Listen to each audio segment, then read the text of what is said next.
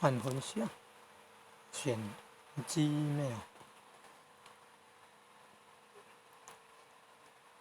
你看那个收件者电子邮件信箱号码要打很久呢，有没有办法马上显示那个电子邮件信箱号码可以用？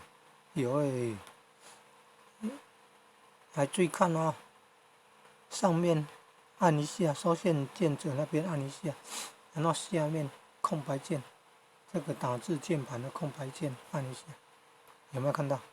有显示那个电子邮件信箱位置，电子邮件信箱网住址的号码，电子邮件信箱号码，有没有？这样是不是很快啊？比一个字一个字慢慢打快多了。